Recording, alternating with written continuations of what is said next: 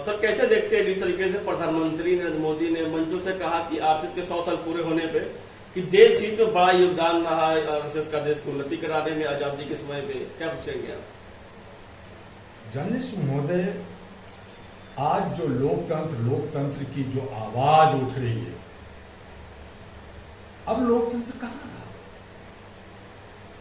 यह आरएसएस की बात कर, जिसने अंग्रेजों को खूब साथ दिया, भगत सिंह को आतंकवादी कहा, 1949 से इन्होंने तिरंगा झंडा का अपमान किया, सेकुलर देश को खत्म कर करके ये ब्राह्मण और सनातन की बात करते करते धीरे धीरे आज 100 साल हो गए। जिस संगठन को सरदार पटेल ने बंधक बना दिया था, उसको खत्म कर दिया था, उस पर बैन लगा दिया था, उसी गुजरात के सरदार पटेल और उसी गुजरात के महात्मा गांधी, नेहरू, सब ने कहा कि यह अलगाववाद, सांप्रदायिकता फैलाने वाली संगठन है। आज इसकी ठीक इन्होंने लाल किला पे कहा कि यह अच्छा आरएसएस है, को आप काम कर। आरएसएस को आप राष्ट्रवादी संगठन मानते हैं कि नहीं? देखिए, राष्ट्रवादी संगठन भारत के अंदर 45 लाख संगठन है, एनजीओ जो भारत से रजिस्टर्ड है, 3,500 से ज्यादा पार्टियां रजिस्टर्ड है। क्या वो राष्ट्रवादी? क्या वो आतंकवादी? क्या सोनम वांगचुक का जो संगठन जिसने स्कूल चलाया, जिसने वहां का सपोर्ट किया, जहां लेह लद्दाख की हक और अधिकार की बात किया, वो राष्ट्रवाद नहीं? उसको आतंकवादी आप कह दिया तो आतंकवादी हो गया, भगत सिंह को कह दिया आतंकवादी हो गया। आज संवैधानिक पद पे बैठा हुआ देश का प्रधानमंत्री, राष्ट्रपति, ये विज्ञान भवन जो प्रधानमंत्री राष्ट्रपति के लिए होता है, वो 3 दिन तक फ्री में दिया गया। आप खूब हंगामा कीजिए और अपने हाथों से आपने सिक्का 100 रुपए का जो है उसका उद्घाटन किया। वो 100 रुपए का सिक्का जिसमें राष्ट्र ध्वज नहीं, उसके अंदर आपने आरएसएस के कपड़ाधारी को आपने दिखाया, आपने उसमें दुर्गा का दिखाया, राम का दिखाया। इसका मतलब है राष्ट्र से आपका लेना देना नहीं है, राष्ट्र के लोकतंत्र से लेना देना नहीं है, संविधान से लेना देना। और मोदी जी कह रहे झूठ तो नहीं बोल रहे थे मंचों से, प्रधानमंत्री जैसे मुगलों के वक्त में कभी चमड़ा का सिक्का एक दिन के लिए लागू हुआ तो चमड़ा चला था, तो अब ये जो हमारा मुद्रा है, जो रुपया है, जिसको पूरा विश्व मानती है, जिसमें जो है गवर्नर का, रिजर्व बैंक का साइन होता है, जिसका एक लायबिलिटी है, दायित्व है, आप उसको धिक्कारेंगे क्या? आप उसको हटाएंगे क्या? जैसे आपने 8:30 बजे कहा था कि ये सारे 2000 का नोट, 1000 का नोट, 500 का नोट खत्म किया थे, कैंसिल नहीं आएगा।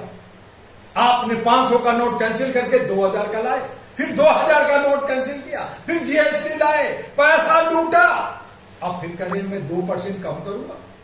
तो इस तरह का मोदी है तो मुमकिन हो रहा है। इसीलिए कह रहे हैं जर्नलिस्ट महोदय, भारत की करेंसी से अब गांधी का फोटो हटा दिया जाएगा क्या? भारत की करेंसी, यही हमारे केजरीवाल जो मुख्यमंत्री था, उसने कहा कि करेंसी पे जो है लक्ष्मी की मैया की फोटो लगा दो। तो ये गांधी से नफरत करने वाले ये सारे लोग हैं, ये अब वीर सावरकर को लगा सकते हैं, गोडसे का फोटो लगा सकते हैं, और मोदी का भी फोटो लग सकता है। तो जब विष्णु के अवतार जब मोदी जी हो गए, जब ये जो है लंबा सफर करने वाले 3 वर्ग के प्रधानमंत्री हो गए, और मोदी है तो मुमकिन है अंधभक्ति का जो ब्यार चल रहा है, जयचंदों का ब्यार चल रहा है, तो वो उस हालत में कुछ भी हो सकता है। आज हमारे बुद्धिजीवी खामोश बैठे, आज हमारे लोकतंत्र को बचाने वाले खामोश बैठे, आज जो कहते हैं कि मैं 90% हूं, मैं ये कर दूंगा, मैं संविधान को बचाऊंगा, आंदोलन कर दूंगा, वो डरे सामने बटे कटे और किनारे कहीं। तो विरोध नहीं कर रहे हैं आरएसएस का? कहां विरोध कर रहे हैं? कौन विरोध कर रहा है? कौन करेगा? वांचू को अरेस्ट हुआ तो आपने विरोध किया, मणिपुर जल गया आपने विरोध किया, आपका जो है बंगाल में आंदोलन हुआ, आसाम में आंदोलन हो रहा है, उत्तर प्रदेश में आपकी 140 बाबाओं ने बलात्कार किया और कर रहे हैं। आप कौन सा विरोध कर रहे हैं? आप सिर्फ रेवड़ी मांग रहे हैं, मुझे आरक्षण दे दो, मुझे हिस्सा दे दो। काहे को हिस्सा? जब 90 है तो 90 मेरा हिस्सा, जिसका 10% है उसको 10% लेने दो। कहो कि 10% तेरा, 90% मेरा, बात खत्म। लेकिन नहीं, ये सब बड़ी सारी पार्टियां, बड़ी सारे संगठन सब बटे हुए। आज मुसलमानों की भी वही हालत है, बिना पहनने का लोटा है, एक जगह नहीं हो रहे, कटरे एक जगह नहीं हो रहे, बटे हुए। नेता कहां है? आज आजम मियां को जेल भेज दिया, उसको बाहर 23 दिन के बाद बाहर टॉर्चर किया जहर दिया जा रहा है। आज तौकीर रजा को अंदर जेल भेज दिया। कौन आवाज उठा रहा भाई? कौन आवाज उठाएगा? सर, आरएसएस के प्रति आपके अंदर नफरत क्यों है, ये बताइए। देखिए, आरएसएस को जहां ये अपना एजेंडा, यार संस्था का एजेंडा होता है, मैं भी एक संगठन चलाता हूं, मेरी एजेंडा है मानवीय मूल्य, इंसानियत, no caste, no colour, no religion, all are equal, equality, सब बराबर है, संविधान का आर्टिकल 14 कहता है। लेकिन आरएसएस का एजेंडा है कि सिर्फ हिंदुत्व को मानने वाला, ब्रह्मवाद को मानने वाला, सनातनी मानने वाला, पुराने युग को मानने वाला, वही आरएसएस के से चलेगा। और बाकी जितने भी लोग हैं वो सब हमारे पैर की जूती है, उनको पैर की जूती मानते हैं। मुसलमानों को, जैन को और सरदारों को ये कुछ नहीं मानते। लेकिन योगी आदित्यनाथ तो कह रहे हैं कि आरएसएस की शाखाओं में राष्ट्र निर्माण, चरित्र निर्माण की बात होती है। वो इसलिए कह रहे हैं कि उनको पका पकाया जो उन्होंने मंदिरों में अपना ये कर करके अपना कद बढ़ाए, मुख्यमंत्री बने, अब वो सपना देख रहे हैं प्रधानमंत्री का। तो वो देख रहे हैं कि सहारा कौन है इसके पीछे डॉन जो इस सब को संभालता है? तो आरएसएस है। तो आरएसएस का गुणगान नहीं करेंगे तो आप क्या करेंगे? आरएसएस का गुणगान नहीं करेंगे तो क्या तौकीर रजा का हाथ पांव जोड़ेंगे? वो तो कह रहे हैं सब मुसलमानों को मैं अंदर कर दूंगा, उनको मैं सबक सिखा दूंगा। आरएसएस जातिवादी है। आरएसएस जातिवादी 100% नहीं, 1000% है।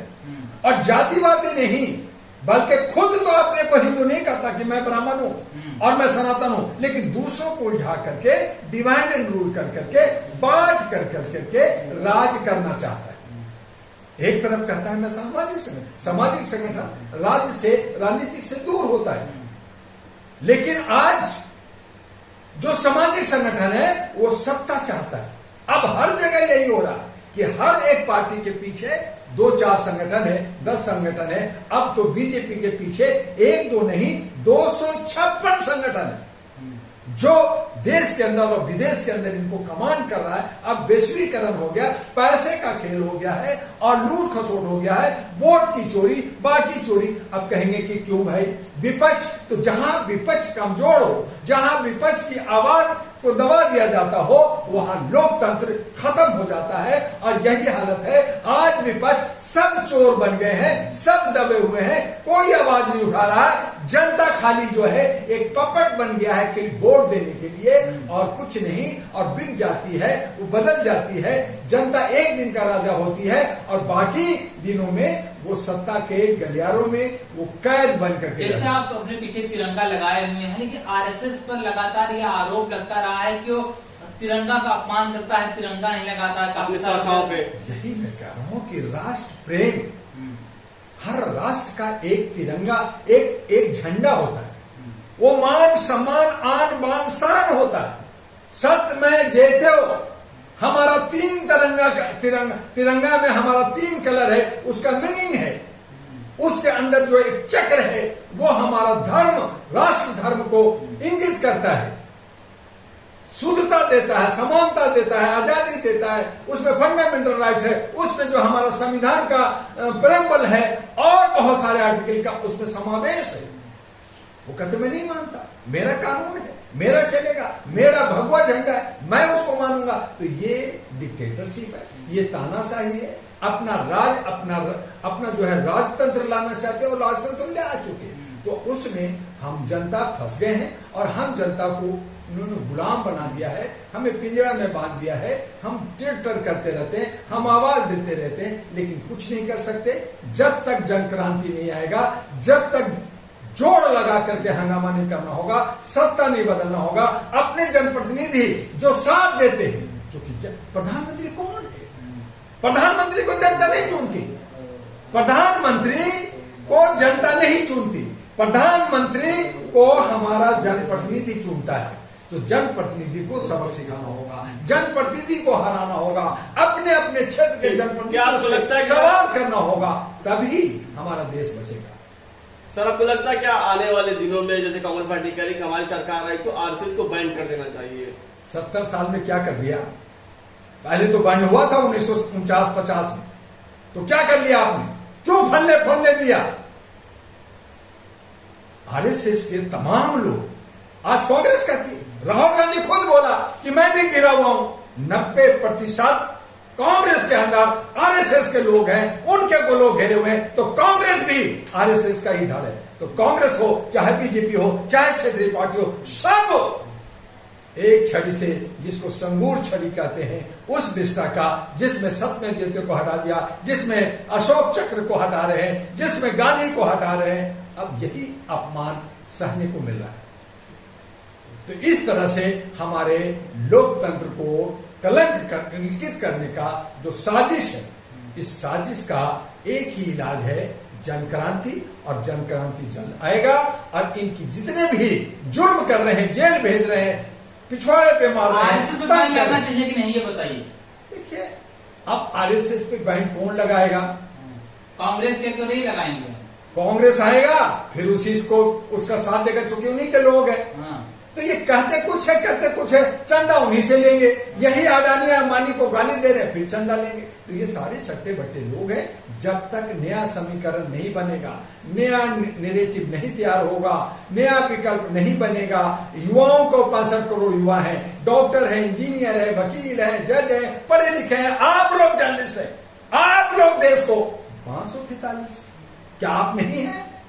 65 करोड़ की आबादी हमारे युवाओं की है, उसमें से नहीं आ सकते। सब लड़ रहे हैं, भिड़ रहे हैं, बटे हुए हैं, एक दूसरे को साथ नहीं देते। मुसलमानों का एक दूसरे को बात नहीं करते, साथ नहीं देते। जब रोते हैं तो कहते हैं मेरे को कोई साथ नहीं दे रहा। जब जरूरत पड़ता है, जब मदद मांगी जाती है तो वो खा जाते हैं। आज वक्त की जमीन को भी खा रहे हैं, उसकी दौलत को चंद नेता मुसलमान खा रहे हैं। और यही वजह है कि मुसलमानों की दुर्गति है, बेइज्जती हो रही है, और तमाम लोगों को आज जात में बटा है। बिहार में विधानसभा हो रहा है, वहां जातीय समीकरण चल रहा है, वहां पार्टी नहीं चल रहा। एक नीतीश, दूसरा तेजस्वी, और तीसरा जो है प्रशांत किशोर चल रहा है। तो 3 व्यक्तियों की लड़ाई है, वहां कोई पार्टी नहीं, कोई संगठन नहीं, जात, और वो भी बिहारी।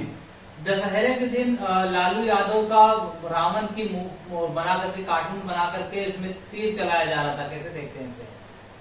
देखिए, रावण को हर साल जलाया जाता है, असत्य पे सत्य की विजय की बात की जाती है। एक दिन हुआ तो क्या, आपने तो जला दिया, तो क्या असत्य खत्म हो गया?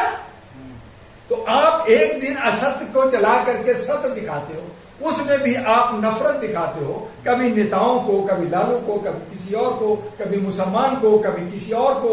आप कहते हो जी मैंने उसको जला दिया। तो बाकी 5 साल आपने क्या कर सकते? बाकी साल भर पूरा क्या कर रहे?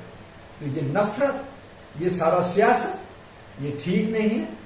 कोई भी राजनेता हो, चाहे हमारे सामाजिक कार्यकर्ता हो, सबका हिस्सेदारी भागीदारी बनती है, सबका मान सम्मान उसी तरह से होनी चाहिए। और जो गलत अगर है तो उस पर कानूनी कार्रवाई होती है, कानून है, कानून के मद्देनजर काम करनी चाहिए। लेकिन जहां कानून बिक जाए, जहां हमारा न्यायपालिका बिक जाए, जहां भेदभाव करे, जहां जातिवाद करे, जहां ऊंच नीच करे, वहां न्याय भी नहीं मिलेगा, आपको अधिकार भी नहीं मिलेगा, और आप और हम दोनों तड़पते रहेंगे सिर्फ यही कहते हुए कि हम आजाद हैं। सच्चाई तो यह है कि हम गुलाम हैं।